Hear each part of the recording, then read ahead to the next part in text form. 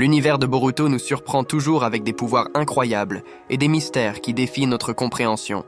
Parmi eux, l'un des plus intrigants est le pouvoir d'Eida, l'Otsutsuki capable d'enchanter pratiquement n'importe qui avec son charme absolu.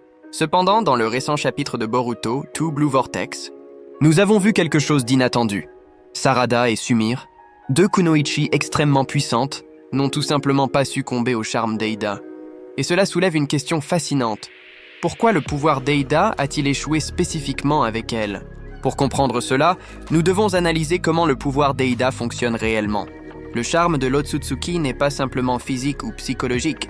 Il agit directement sur les désirs les plus intimes et cachés du cœur de la victime. Elle a la capacité de percevoir et de manipuler les désirs subconscients, les transformant en une force irrésistible qui pousse la personne à se soumettre à elle. C'est un pouvoir qui transcende la simple persuasion ou la manipulation du chakra. Il touche l'essence même de ce que chaque personne désire le plus, souvent sans qu'elle en soit consciente. Et c'est précisément ici que notre théorie commence à se former. Sarada Uchiha et Sumire Kakei, deux personnages aux personnalités très distinctes, n'ont pas été subjugués par l'enchantement d'Eida. Mais ce n'était pas seulement de la chance ou une résistance physique, c'était quelque chose de plus profond. Dans le chapitre, il est révélé qu'un désir caché à l'intérieur d'Eida elle-même empêchait son pouvoir de fonctionner. Le désir de Sarada et Sumire d'avoir de vrais amis, de former des liens authentiques, purs et altruistes.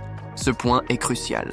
Le pouvoir d'Eida fonctionne mieux sur des cœurs qui peuvent être influencés par des désirs superficiels ou égoïstes, ambition, fierté, besoin de reconnaissance ou même peur. Mais lorsqu'un désir est profondément altruiste ou dirigé vers des liens sincères, le charme d'Eida rencontre une barrière invisible. Sarada et Sumire n'ont pas seulement résisté, elles ont été protégées par leur propre désir de véritable amitié. Un sentiment qui ne pouvait être manipulé par aucune force extérieure. Imaginez cela comme un bouclier spirituel. Le pouvoir d'Eida est comme une clé magique capable d'ouvrir n'importe quelle serrure émotionnelle, mais Sarada et Sumire possédaient quelque chose en elles qui ne pouvait être déverrouillé, la pureté de leur souhait pour une connexion authentique. Cela nous amène à croire que le pouvoir d'Eida, aussi divin qu'il puisse paraître, a des limites définies par le cœur même de la victime. Cette théorie explique également pourquoi des personnages généralement plus susceptibles à son charme, comme de nombreux shinobi de niveau, intermédiaires ou même des adultes avec des faiblesses émotionnelles, tombent instantanément sous son influence. Ils possèdent des désirs qui peuvent être exploités, vanité, ego ou besoins émotionnels. Mais lorsqu'un ninja nourrit un désir si pur et sincère, la manipulation devient impossible. De plus, cela nous donne une perspective plus profonde sur Sarada et Sumire. Leur résistance n'était pas seulement une question de volonté ou de résilience physique, elle était le reflet de leur maturité émotionnelle. Tout au long de leur parcours, elles ont appris à valoriser la véritable amitié avant tout, à choisir leurs alliés en fonction de la confiance et des liens authentiques, et non en fonction de l'intérêt ou de l'influence extérieure. Cette croissance n'est pas seulement narrative.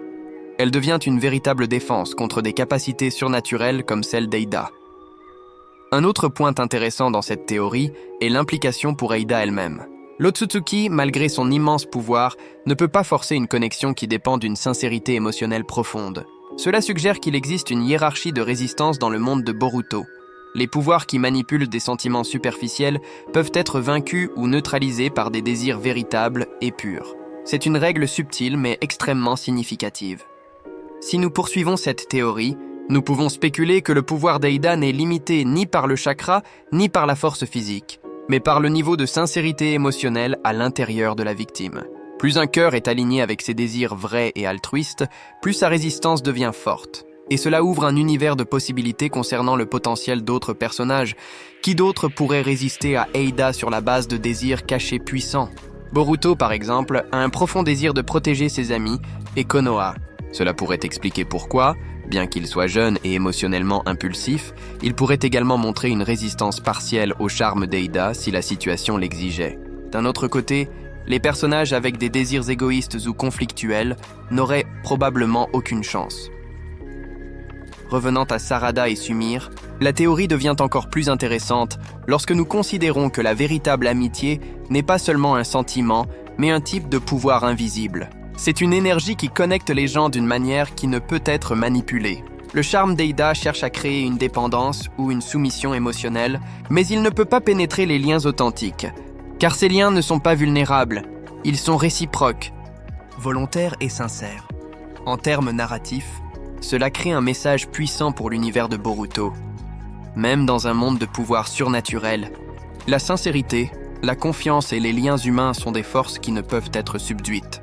Peu importe à quel point le pouvoir de l'adversaire peut être écrasant, le désir véritable, surtout celui lié à l'amitié et à la connexion émotionnelle, est impénétrable. Par conséquent, l'explication la plus plausible de l'échec d'Eida face à Sarada et Sumire n'est pas simplement la résistance ou la chance, mais une manifestation concrète de leur désir caché pour une véritable amitié. Ce désir a agi comme un bouclier, bloquant l'influence d'Eida et montrant que la force du cœur peut surpasser même les capacités divines.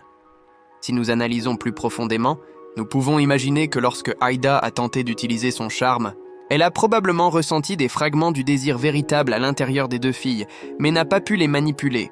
Cela indique que le pouvoir d'Eida est sensible mais pas absolu, et qu'il existe une fine ligne entre manipuler des émotions superficielles et toucher des désirs profonds et pure. Cette théorie n'explique pas seulement ce qui s'est passé dans le récent chapitre de Two Blue Vortex, mais elle nous donne aussi un aperçu du monde ninja lui-même.